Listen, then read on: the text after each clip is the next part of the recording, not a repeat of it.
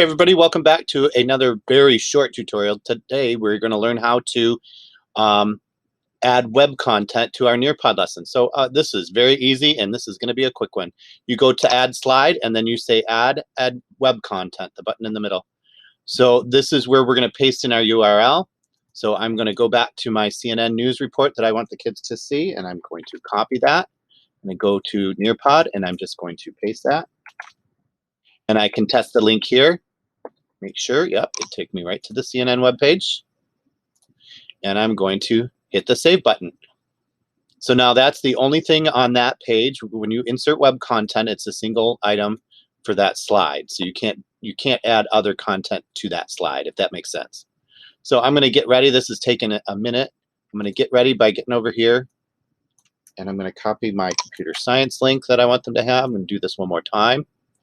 Add slide, add web content, paste the URL, and hit the save button. You don't have to test the link, but it helps sometimes if you're not sure. And that's it.